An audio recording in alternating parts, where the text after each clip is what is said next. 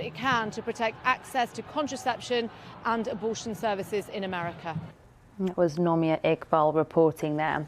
Now, Chris Hipkins is set to replace Jacinda Ardern as New Zealand's Prime Minister after being the only nominee for Labour Party leader.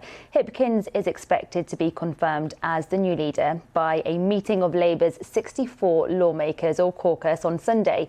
He is currently the Minister for the Police, Education and Public Service and serves as the leader of the House.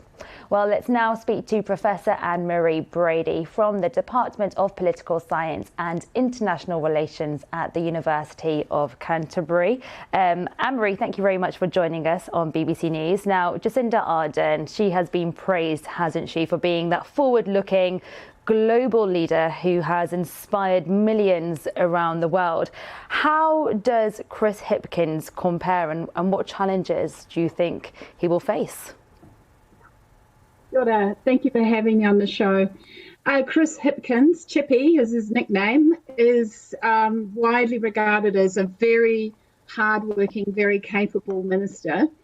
And it's just going to be very interesting to see him step up as Prime Minister, because when you're the minister, your job is to be loyal to the leader. Now we need to see him shine and really inhabit the space of Prime Minister. And he has very big shoes to fill.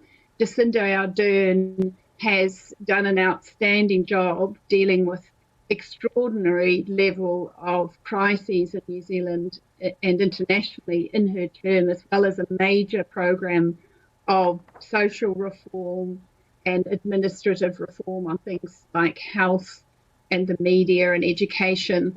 So he's inheriting a role where he's been part of that change, but now he's got to set his own mark, and that's going to be a challenge, I think, coming up to the election in October this year. How might New Zealand change now on that international stage post Jacinda Ardern, given her international acclaim and status?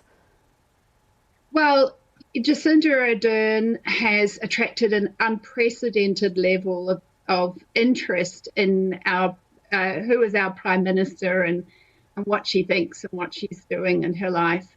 I wouldn't expect that Chris Hipkins is going to attract the same level of interest. It's, women Prime Ministers are relatively rare, let alone ones who are young and have a baby in office. So she, and her values and her outspokenness on some issues, that has really attracted international attention and admiration as well.